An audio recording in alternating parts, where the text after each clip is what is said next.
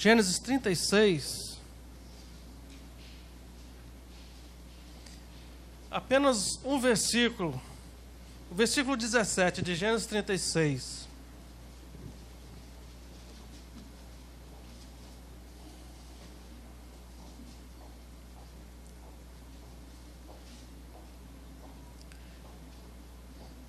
Eu escolhi como tema da palavra de hoje: uma criança nos nasceu, um príncipe se nos deu. Parece até coisa de Natal, né? Mas não é de Natal. Gênesis 36, 17 diz o seguinte: são estes os filhos de Reuel, filho de Esaú: o príncipe Naate, o príncipe Zerá, o príncipe Samar, o príncipe Mizar. E são estes os príncipes que nasceram a Reuel na terra de Edom. São os filhos de Basemate, mulher de Esaú. Queridos, eu não vou discorrer especificamente sobre esse texto, mas eu escolhi esse versículo porque ele fala de uma forma muito forte, muito clara, muito enfática sobre o valor elevado dos filhos. Os filhos são tais como príncipes e princesas no lar. E o texto também inclui a esposa, Basemate, mulher de Esaú. Ela é mais preciosa ainda. Lá em Provérbios, capítulo 12, verso 4, diz que a esposa é a coroa do marido. Príncipes e princesas falam de homens e mulheres de verdade, homens e mulheres de valor.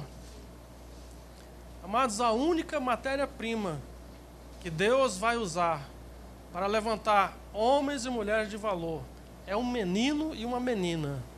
Não tem outra matéria-prima que Deus vai usar. Então esta mensagem de hoje, amados, é uma palavra tanto para pais quanto para filhos, indistintamente, porque Deus tem um propósito para ambos, para cumprir propósitos mais altos, propósitos mais elevados nas vidas das famílias. Pais tementes a Deus, eles têm essa plena consciência de que forjar príncipes e princesas é uma tarefa grande demais para o homem natural. E eu, por sinal, fiquei muito alegre com o pastor Nildo, domingo passado, enquanto ele pregava aqui, ele reconheceu que o dom do João Paulo para a música é uma dádiva de Deus. E ele não perdeu tempo, ele já colocou o João Paulo na escola de música, já comprou uma bateria para o João Paulo, de modo que, se eu não me engano, lá pelos 3 anos de idade, né, pastor Nildo, o João Paulo já tinha um vídeo no YouTube executando a música, a bateria. Irmãos, como é maravilhoso quando a gente abraça o propósito de Deus. Infelizmente, tem gente crente que despreza o dom de Deus que há na sua criança, até no cônjuge, e não investe, e não acredita, e acaba matando o dom, trazendo empecilho para que esse dom seja amadurecido e desenvolvido no seu pleno potencial. Às vezes, até o ato simples de trazer o bebê à frente da congregação e tornar solene as suas palavras de bênção para o seu filho, até isso é difícil. Quantos pais que relutam em trazer o bebê recém-nascido para apresentar diante da igreja, acabam não fazendo, ficam esperando não sei o quê. Enfim, o puro desconhecimento espiritual. E que Deus precisa trazer despertamento nas nossas mentes e corações quanto ao valor dos nossos filhos que estão no nosso lar. Irmãos, quando chega a adolescência, cada filho é uma construção, sem dúvida nenhuma. Ou boa ou ruim, é uma construção. Um adolescente temente a Deus é o resultado de um investimento, de um duro trabalho da família, de todos da família, indistintamente. Mas cabe ao casal a responsabilidade direta pela educação da criança. Como uma construção, eu vejo isso no meu imaginário, toda criança bela, majestosa, como um navio, por exemplo. Eu gosto de navios. E a gente sabe que o lugar mais seguro para um navio estar é no porto. Bem ancorado, bem preso ao porto. Mas nós sabemos também que navio foi feito para o mar. Lugar de navio não é no porto. E é justamente na adolescência, nessa fase de transição entre a fase de criança e a fase de jovem. O jovem é a primeira fase da fase adulta, né? Dessa parte da vida adulta. Então essa parte da adolescência é quando o jovem começa a ensaiar a partida do porto. A gente, quando vê um navio partindo, ali os motores sendo ligados, a ponte sendo recolhida, a âncora sendo recolhida, ali é um momento de êxtase, de alegria, de glória mesmo. E, irmãos, Deus visualizou isso para a adolescência, que seja um momento desejado, esperado, um momento de vitória, de alegria para os pais. A glória da criança é a adolescência. É na adolescência que ela vai mostrar ao mundo a educação que ela teve em casa, os valores dos seus pais, tudo que foi comunicado a ela, para lhe trazer identidade e sentido, vai ser plenamente demonstrado na fase da adolescência. E esse navio, vamos imaginar essa adolescência como esse navio majestoso que deixa o porto. A viagem do navio adolescente não é em mar, em alto mar, né? Em alto mar, mas é uma viagem próximo da orla, próximo da costa. A embarcação do adolescente visualiza as luzes da praia. Se precisar de comunicação, não vai falhar porque está próximo. Se precisar, numa emergência de ajuda, vai receber de imediato porque está próximo. Então, esse navegar do adolescente, ele é sem muita responsabilidade, muitas aflições, porque é um navegar assistido. Agora, o barquinho do adolescente só vai ter um problema, ele vai se deparar com um chato que é comum da orla. A gente quase não vê esse chato em alto mar. Vê aqui e acolá, mas é mais raro. É o tal do farol, né? O farol, ele aponta para o limite, para o perigo, sinaliza o não. O farol, ele está ali para dizer não. E é os pais que vão trazer o não. O sim, a gente sabe que é o aconchego, o abraço, o tempo de qualidade. E se o sim já é difícil para muitos pais, quem dirá o não? O não, ele precisa vir equilibrado com alguns sims. Mas os pais, a maioria das vezes, tem muita dificuldade com o não, porque como o farol é categórico, o farol não negocia, o pai dá um não também categórico. E a gente sabe que o não categórico não funciona para o adolescente. Às vezes até para o adulto não funciona, né? Então, o não, ele precisa ser embasado na verdade, mas, antes de tudo, ele precisa ser um não sem culpa. Nós temos que desenvolver essa habilidade de dizer um não sem culpa.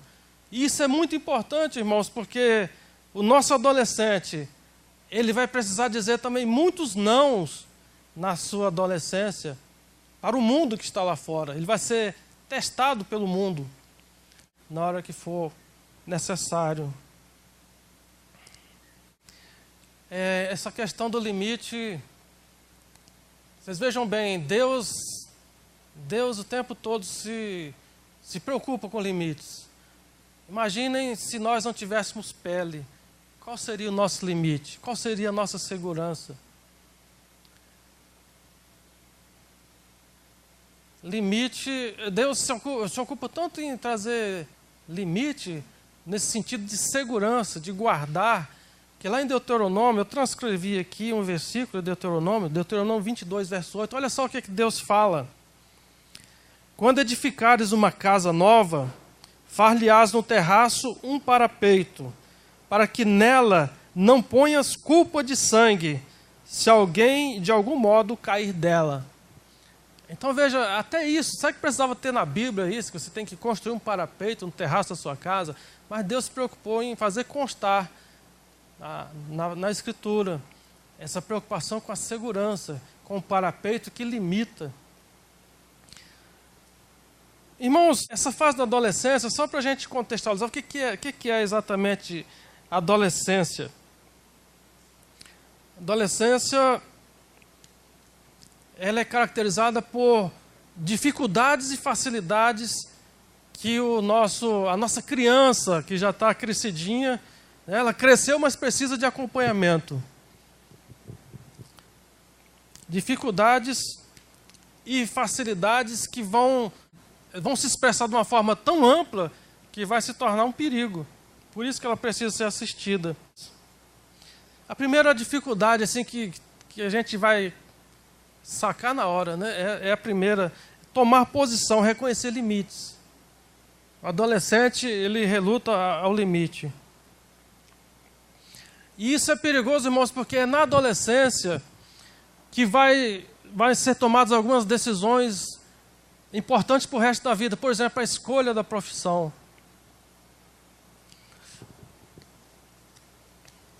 A escolha dos amigos. E os pais ficam preocupados. Olha, menino, cuidado com quem você anda. Vê se anda com gente mais alta do que você, mais elevada do que você. E a gente nem percebe que a gente está pedindo o menino para ser o mais fraquinho da turma, né? Porque se todo mundo vai ser melhor do que ele. Então, nessa preocupação, a gente fica ligado, porque o menino é meio inconsequente. Ele não está nem aí para os limites. Outra dificuldade do adolescente é organizar. Então, é uma coisa simples, mas que é fundamental. Criança tem que guardar brinquedo. Criança que cresce sem guardar brinquedo, sem organizar o quarto, quando está na fase adolescente, até antes um pouquinho, né? Se alguém vai lá e arruma tudo, ele vai pensar, olha, arrumou porque quis. Porque ele não tem o senso de que é obrigação dele organizar. Então nós vamos desenvolver um adolescente ingrato, porque as pessoas vão fazer por ele e ele fala, fez porque quis. É porque ele não tem responsabilidades, ele não desenvolveu uma disciplina para ser grato por aquilo que fizeram por ele. Terceira dificuldade, planejar. O adolescente ele não se lembra que ele precisa se organizar. Eu trabalhei agora recente e todos eram adolescentes. E eles não conseguiam chegar na hora. Por mais que eles soubessem que a gente ia anotar ali no diário de campo, eles não conseguiam simplesmente se organizar para chegar na hora. A quarta dificuldade, priorizar. Essa questão da prioridade é interessante porque o que acontece? Os amigos são os concorrentes número 1 da atenção dos pais. Então nós estamos vendo pais cada vez mais amigos dos filhos, cada vez mais bondosos. E eles então estão dando autoridade, estão dando espaço a quem não tem a devida competência para esse espaço todo. E aí, quando se está acostumado a colher benefícios sem o devido custo, então nós vamos acabar criando filhos tiranos, né? Filhos que querem agora do jeito dele. O filho tirano, ele vai tirando o seu dinheiro, o seu sossego, sua autoridade na casa, ele tira tudo. A quarta dificuldade do filho, focar atenção. Focar atenção. Eu sou um adolescente do século passado. Eu lembro que no século passado, nós adolescentes não éramos assim tão ativos, tão espoleta como hoje. E o motivo, nós sabemos que é a velocidade. Tudo é fast. Tudo é para ontem. Só para vocês terem uma noção do que a gente está falando aqui, a hora-aula é de 45 minutos de noite e 50 minutos de dia. Não é isso, pastor Kelly? Essa hora-aula foi calculada no início do século XX, baseada na média do tempo que os adolescentes conseguiam focar em algo sem dispersar. E agora, recente, há 4 anos atrás, fizeram novamente essa medida, descobriram que o adolescente agora só consegue focar em, no máximo, 6 minutos. Depois disso, ele está em outro planeta. Se vocês forem observar os desenhos animados da parte da manhã, só dura 6 minutos. A cada 6 minutos tem um break e o comercial. E aí eu fico com dó de vocês, professores, pastora Kelly, de manter essa turma em sala, né? Normalmente porta é para manter o pessoal lá fora, mas na escola é para manter eles dentro. É igual presídio e hospital, né? Desculpe a menção, né? Porque a turma realmente não consegue focar. Sexta dificuldade, prever e medir consequências. Eu li na internet um exemplo interessante. Um garoto de 14 anos mandou tatuar no braço o nome da mãe dele, sem a mãe ficar sabendo.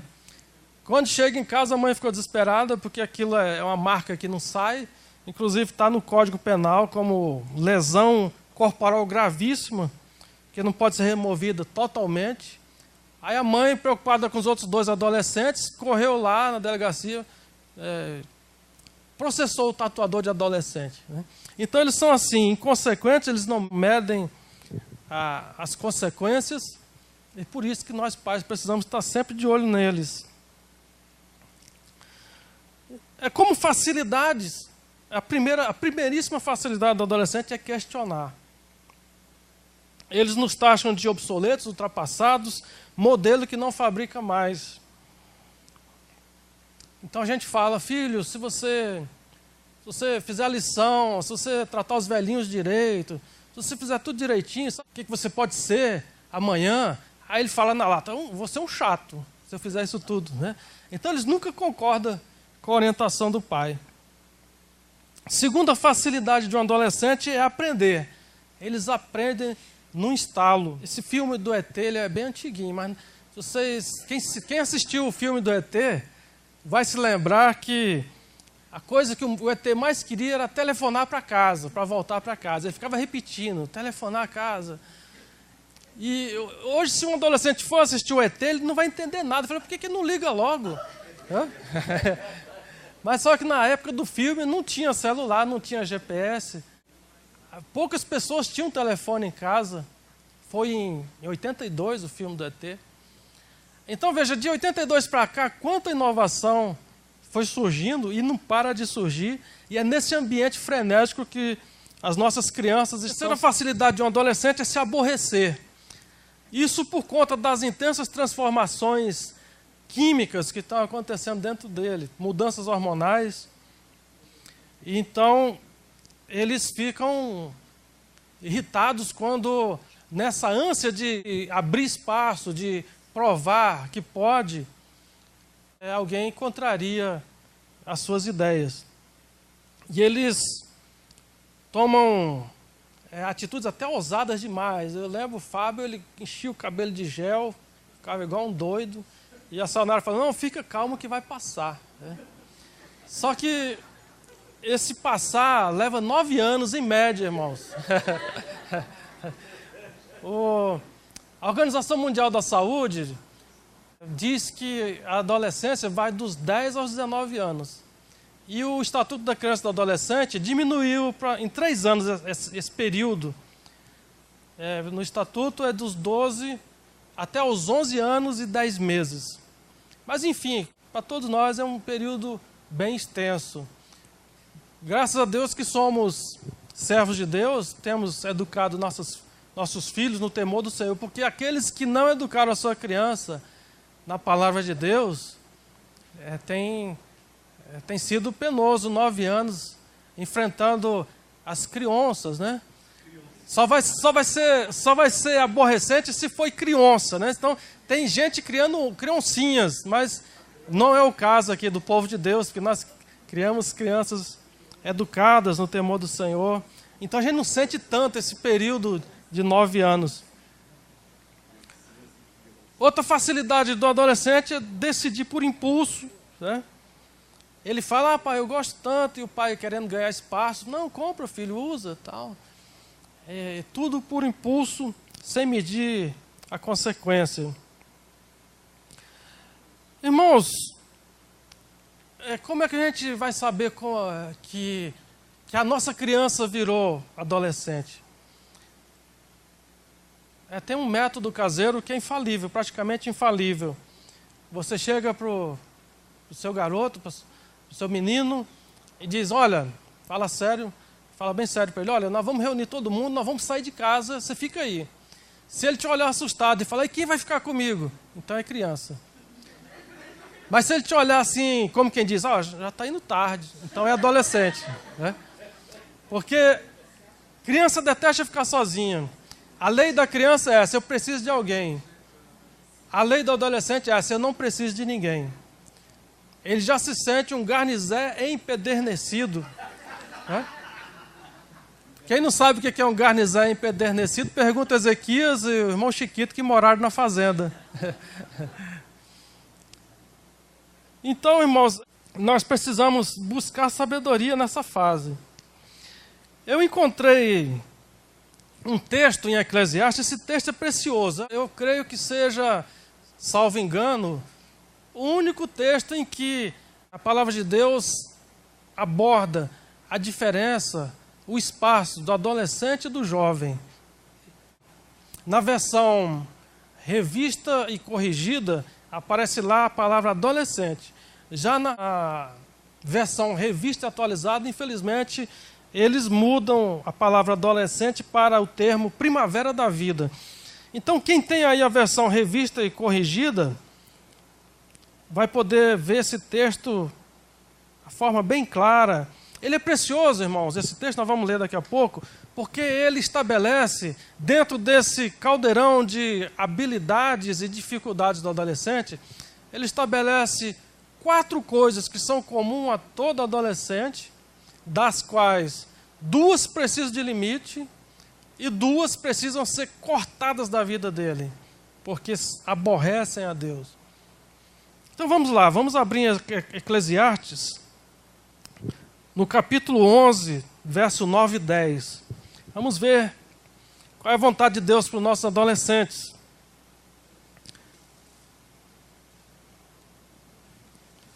Eclesiastes 11, 9 e 10.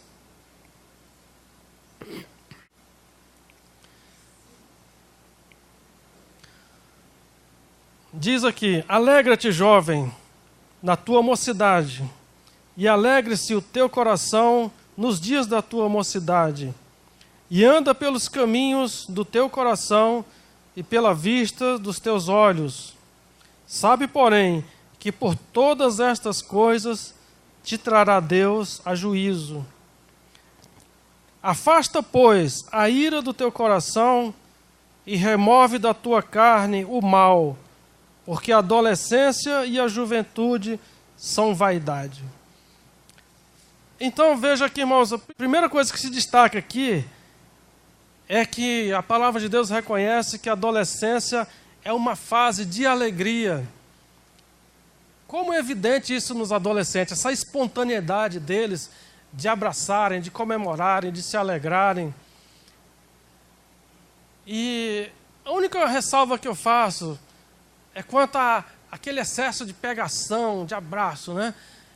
Eu digo às adolescentes, jovens, as moças, cuidado, porque alguns rapazes, alguns adolescentes, até rapazes, até gente adulta às vezes, abusam dessa espontaneidade, dessa inocência do adolescente, dessa sua alegria espontânea. Eu digo então para as meninas, não é o menino, não é o rapaz que vai honrar o seu corpo, mas cumpra você mesmo honrar o seu corpo. Lá em 1 Tessalonicenses 4, verso 4, diz assim, que cada um de vós saiba possuir o próprio corpo em santificação e honra. Então, se respeite. Você vai honrar a si mesma, colocando limite nessa alegria excessiva, né, que às vezes extrapola a razoabilidade. Os pais ficam vendo ali e já ficam preocupados. Então, aqui o texto de Eclesiastes, irmãos, ele diz que o jovem realmente ele precisa se alegrar, ele precisa andar pelos caminhos do seu coração e pela vista dos seus olhos. Ele está conhecendo o mundo, ele está se descobrindo, ele está soltando amarras do porto. Mas a palavra de Deus salienta que por todas estas coisas, Deus te trará a juízo, ou seja, requer limites. Então, a cada adolescente cumpre observar que essa fase de euforia, ela precisa de limites. Já no verso 10, a palavra é taxativa: afasta, pois, a ira do teu coração, ou seja, essa inclinação do adolescente de se irar, de ficar chateado, de se aborrecer. Inclusive é na fase da adolescência que surgem os traumas com pai e mãe, as inimizades.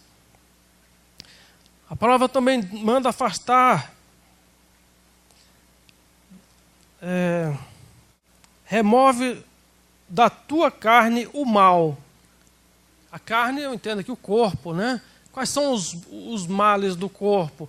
É a tatuagem, é o piercing, é a droga, tudo aquilo que macula o seu corpo, que adoece o seu corpo, que não traz glória ao Senhor. O corpo é o templo do Espírito Santo. Ele precisa cuidar desse corpo para comunicar a Cristo, né? Lógico, nós estamos numa época de endeusamento do corpo, a gente sabe disso. As pessoas querem ficar sarado, as mocinhas querem se maquiar, se pintam até demais. Aquela preocupação de ter um corpo bonito. Não, isso não é bíblico. Pelo contrário, a palavra de Deus diz que nós devemos gastar o nosso corpo pelo Evangelho, como o apóstolo Paulo fez.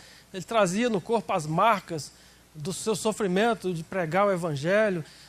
Então, que nenhum de nós tenha medo de gastar a sua beleza, a sua juventude pelo reino de Deus. Mas aqui o texto se refere ao mal na carne, aquele mal que vem do maligno. Irmãos, então, colocada esse contexto do que é a adolescência,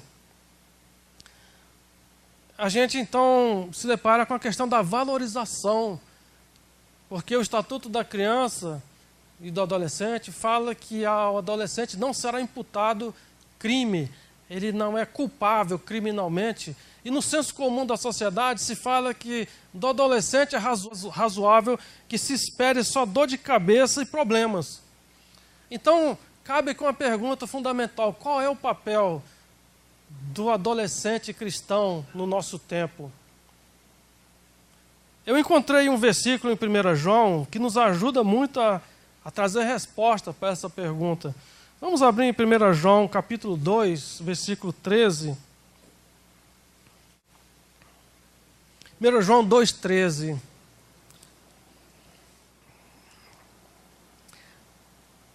O texto diz o seguinte: Pais, eu vos escrevo porque conheceis aquele que existe desde o princípio. Jovens, eu vos escrevo porque tendes vencido o maligno. Então aqui João está falando de pais que conhecem a Deus e de jovens que, na sua fase anterior, ou seja, na sua adolescência, venceram o maligno. Esse é o propósito, um propósito fundamental da fase da adolescência, queridos, é vencer o maligno. Eu me lembro, falando disso, eu me lembro do episódio de Jesus, lá em Mateus 4, Jesus ali naquela alegria da Trindade, é uma das poucas passagens da Bíblia em que a gente vai encontrar a Trindade reunida, o Pai, o Filho e o Espírito Santo.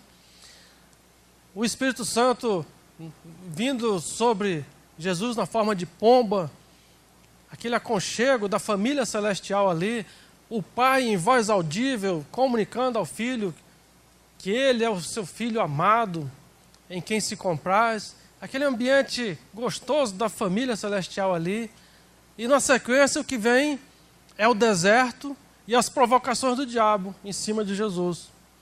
Isso é a adolescência, é um contexto de constantes provocações do mundo para o pecado.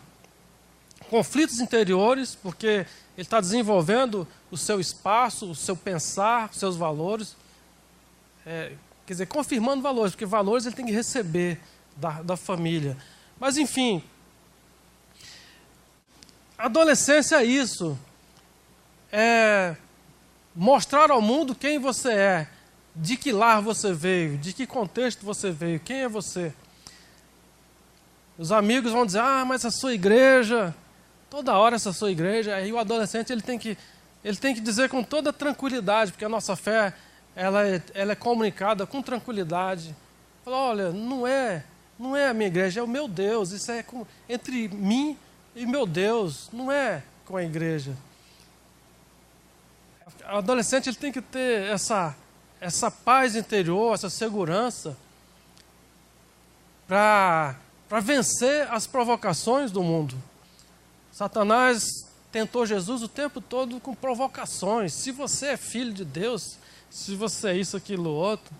E lá no mundo é igualzinho. Olha, dá um pitaco aqui no cigarro, né? Toma aqui o copo. Quem já foi lá do mundo sabe como é que é, né? Olha lá, menina lá, agarra lá, faz não sei o quê. Enfim, são provocações e o adolescente ele vai precisar desse suporte que vocês, pais e mães, vão comunicar a eles. Irmãos, infelizmente, por falta de nós acordarmos para essa importância, vejam que é uma responsabilidade enorme. Nós estamos preparando meninos e meninas para serem príncipes e princesas, homens e mulheres de valor. Mas quando a gente não cuida dessa área, não se apercebe dessa importância, não acorda para isso, a gente acaba semeando ventania para a nossa casa. E, olha só, Provérbios 11, 29 diz assim, o que turba a sua casa herda o vento. Turbar a casa, eu já preguei aqui sobre isso, mas só para lembrar, quem turba a casa é aquele pai, aquela mãe que traz confusão, desorientação, que traumatiza, que adoece a família, que não encaminha, mas desencaminha, que não constrói, mas desconstrói. Então a palavra de Deus diz que pais desse tipo vão colher ventania. Olha, isso não é nada bom, irmãos. Nós assistimos aí pela televisão o poder devastador do vento. Colher ventania é uma verdadeira desgraça na casa. Por outro lado, Provérbios 13, 22 diz assim, o homem de bem deixa herança aos seus filhos e aos filhos de seus filhos. Então aqui é o caminho inverso. É aquele que vai construindo, pavimentando, facilitando o caminho dos seus filhos adolescentes. Quando a Bíblia fala, pais, não levem seus filhos a irar-se, a ira, não causem a ira aos seus filhos. É justamente não tirem oportunidades dessa criança se tornar um adolescente melhor. Quanto adolescente adoecido, cheio de traumas, de neuroses. Interessante, irmãos, que pais, como construtores dessa embarcação majestosa, né, que a gente está imaginando aqui, eles também são construtores de memórias. A gente sabe que a necessidade interior de cada pessoa é de se sentir aceita, útil. Tem um filósofo tal de Lacan, ele fala assim que o desejo fundamental de todo ser humano é de ser desejado, é de ser aceito, é de ser escolhido.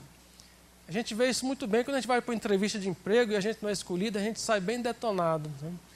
Essa é a necessidade de todo ser humano. E os pais, muitas vezes por desconhecimento, eles, todo dia, toda hora, eles estão plantando memórias na criança. Memórias boas, memórias ruins. No nosso linguajar, estão abençoando ou estão desconstruindo. Abençoar vem da mesma raiz do latim de bem dizer, bem dissere, ou seja, dizer bem. Abençoar é dizer, eu vejo bem em você, eu vejo virtudes em você. Veja que coisa linda isso. Então, toda vez que a gente a gente levanta um pouquinho a pessoa, seja filho, amigo, quem seja, a gente está abençoando, a gente está construindo nela algo que ela busca desde o princípio. É de acertar, é de agradar, é de fazer algo direito. E a gente precisa ter essa cultura da bênção muito forte na nossa vida, porque o sentido da vida é esse. É através desse bem dizer, que às vezes a gente vai até levar pessoas a Cristo, com certeza os nossos filhos, porque, irmãos, educar filhos tem que ser no caminho. Você não consegue comunicar o caminho sem estar no caminho, né? Você não consegue comunicar o caminho sem sem pertencer ao caminho. E o adolescente que tem esse senso de pertencimento, quando ele estiver lá no mundo, ele não vai pertencer à turma, porque quem não tem senso de pertencimento pertence à turma, vai fazer o que a turma pede. Então vejam, irmãos, a responsabilidade que está sobre todos nós, tanto pais quanto filhos, porque a Bíblia está rica em referências à bênção que há sobre o filho que agrada aos seus pais, que traz alegria aos seus pais. Então, irmãos, nós fomos chamados em Cristo para esse ambiente de honra, de crescimento, de construção, e nós precisamos de arrependimento diário por cada ato de desconstrução que a gente faz, por cada irritação, cada destempero. Eu vi uma definição de humildade de um pregador que eu achei fundamental. Ele dizia que ser humilde é olhar para todos sem o senso de dívida. Ninguém me deve nada. Quantas vezes a gente se aborrece, a gente até comete, vai uma retaliação, porque alguém não te olhou como tinha que olhar, não disse o que tinha que dizer, não fez o que tinha que fazer. A gente olhar para o outro como se, ele me deve. O apóstolo Paulo disse, ninguém seja devedor de nada, senão do amor. Vamos fechar, irmãos, com essas referências paternas, trazendo aqui de volta para o nosso tema. Essas referências paternas, elas são sutis. Se a gente não tiver no espírito, a gente vai perdendo a ocasião para boas referências. Tem um texto em Gênesis 35 que para mim ele é solene. Gênesis 35. Gênesis 35 relata o episódio de Raquel, esposa de Jacó, tendo um filho. E quando ela percebe que ela não ia suportar aquele parto, quando ela percebe que estava morrendo, ela pede para a parteira, olha, eu vou morrer, mas eu quero que esse menino se chame Benoni. Eu quero que o nome dele seja Benoni. E aí a parteira, quando traz a criança e apresenta para Jacó, e comunica, olha, Raquel se foi, mas ela pediu, o último pedido dela foi que o bebê se chamasse Benoni. E Jacó olha para a criança e taxativamente fala, de jeito nenhum, não será Benoni, pelo contrário, seu nome será Benjamim. Aparentemente nós temos aqui uma grande insensibilidade, não é? Não acolher o último pedido da esposa. Que grosseria, que falta de amor. Mas a gente vai entender, irmãos, quando a gente vai no sentido do nome. Benoni significa filho da minha dor. Raquel queria que o menino fosse eternamente o filho da dor dela. Toda vez que perguntassem ao garoto qual o seu nome, ele ia dizer, eu sou Benoni, eu sou o filho da dor da minha mãe. Minha mãe morreu quando eu nasci. Ele ia ser olhado como responsável pela desgraça da família. O garoto que levou a mãe. E Jacó sabia muito bem, irmãos, o que era ter marcas na alma por essa falta de tato dos pais. Por uma circunstância do nascimento de Jacó, batizaram ele de Jacó, que significa usurpador, trapaceiro. Então veja, Jacó, ali por uma inspiração divina, eu creio, ele cortou no ato a possibilidade da desconstrução na vida do seu filho. Benjamim significa filho do meu lado direito, filho amado do pai. Então, quando perguntassem o nome do garoto, ele dizia: eu sou o filho amado do meu pai. Eu sou o filho do lado direito do meu pai. Vejam, irmãos, que coisa linda, que diferença tremenda. Coisas sutis e que marcam, dão um carimbo bem fundo na alma da pessoa. Quantas pessoas a gente vê no Vereda chegam lá com cicatrizes profundas de coisas que os pais sequer se apercebem que fizeram. Por isso que a palavra de Deus, quando acaba o Velho Testamento e inicia o Novo Testamento, a palavra de Deus é enfática em dizer que ali está se inaugurando um novo tempo, onde os pais se voltariam para os filhos, para o coração dos filhos, e os pais se voltariam para o coração, né? Um se voltando para o coração do outro, né? Porque isso é fundamental, isso é tudo. Uma geração distante do temor de Deus, ela está desconstruindo a psique, a identidade, a alma das pessoas. Então o Novo Testamento inaugura com essa declaração solene da palavra de Deus. Os filhos vão se voltar aos corações dos pais e os pais vão se voltar aos corações dos filhos. E eu vejo, praticamente, essa é uma definição do que seja a vida cristã. O tempo todo nós vamos estar construindo essa construção. Para finalizar, então, eu quero fechar com 1 Pedro 1,18. Essa questão da versão, de novo, vai interferir aqui nessa leitura. 1 Pedro 1,18. Vamos abrir inicialmente lá.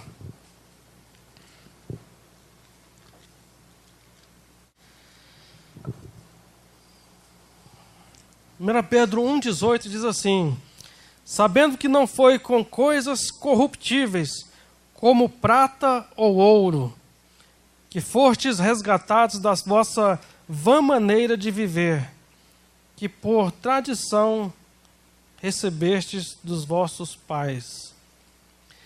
Quem está com a versão revista atualizada, está dizendo resgatados dos procedimentos fúteis. Quem está com a versão da linguagem de hoje, diz assim: resgatados da vida inútil que recebestes dos vossos pais. Irmãos, é aquilo que eu falei, é o detalhe, né? Futilidades, inconsequências. Essa é a nossa natureza adâmica, é de tratar coisas sérias com futilidade. Sermos superficiais nas coisas que são caras, elevadas. Então, irmãos, eu quero fechar dizendo: não se esqueça jamais das coisas excelentes que Deus planejou para que nós andássemos nelas. E essas coisas excelentes estão no nosso dia a dia, nas atividades do cotidiano da nossa vida.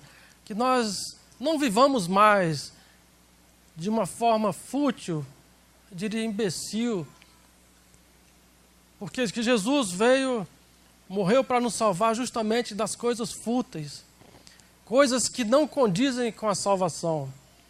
De vós esperamos coisas maiores, coisas que comunicam a salvação. Não é? O que é salvação? É sair da vida antiga e entrar para uma vida tão diferente, tão nova, que é como se a gente estivesse sonhando, né? Como o Mauro Sérgio falou. Ficamos como quem sonha, porque a gente vê Deus em tudo. Eu lembro quando eu fui ungido pastor, eu fiquei preocupado, né? Porque eu pensava, agora eu sou pastor, então tem que ser diferente demais. Meu Deus, como é que eu vou lidar com isso, né? Aí eu estava entrando no Carrefour, bem apressado, para pegar uma coisa lá, eu só ia comprar um item. Aí eu pensei, caramba, mas pastor não anda correndo assim, vou andar mais devagar. Então, mas não é, irmãos. Né? A gente coloca na cabeça que não é só o pastor, não, é todo servo de Deus. Ele foi chamado para uma realidade nova.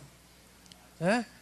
Essa é a vontade de Deus para nós. E isso vai ser refletido na vitória do seu filho adolescente, quando ele então for lançado ao deserto do mundo e as pessoas se encantarem com esse adolescente. E olhem que é coisa rara, irmãos, um adolescente que respeita as pessoas, que faz o trabalho que o patrão manda. Sabe, essa questão de arrumar os brinquedos, veja a consequência dela. Quem de vocês aqui que gostaria de ter um funcionário que só trabalha no dia do pagamento? Ninguém ia querer. Mas a gente aceita que o nosso filho só estude no dia que tem prova. Vocês estão vendo como é que são as coisinhas do dia a dia que estão... Então, irmãos, só mesmo diante da graça de Deus, debruçado na palavra de Deus, aplicado na célula, aplicado na meditação da palavra de Deus, porque, olha, nós somos desse tamanhozinho diante do que Deus tem, diante do propósito que Deus tem para nós. Que Deus abençoe. E vamos orar, vamos baixar nossas cabeças. Nós damos graças, Senhor, pela maravilha desse ambiente que é o reino de Deus, pela Tua palavra. Damos graça pelos nossos irmãos, porque nós nos encontramos para um ambiente de bênção, um ambiente de abraço, um ambiente de palavras que dizem: você tem valor, você está progredindo. Pai, no nome de Jesus, que não haja entre nós nenhuma atitude de desconstrução da bênção. Deus, marca em nossos corações esse compromisso com o Teu reino, com os nossos filhos, com os nossos colegas de trabalho. Onde estiver o Teu servo, ali estará o ambiente do reino de Deus. Ó, Pai, a Tua palavra declara que somos reis, sacerdotes, somos família nobre. Pai, que em cada lar hajam reis, príncipes e princesas. Senhor, que a nobreza do conhecimento da Tua vontade, que a nobreza do Evangelho não seja desgastada, não seja escandalizada, não seja desmerecida com os nossos procedimentos fúteis, com a nossa falta de entendimento. Tu faz essa obra em nós, Senhor, pela Tua graça. Faz em nós este caminho excelente. E assim o Teu nome será glorificado e as pessoas saberão que há Deus em Israel. Essa é a nossa vontade, Pai, no nome de Jesus. Amém. Deus abençoe, irmãos. Obrigado.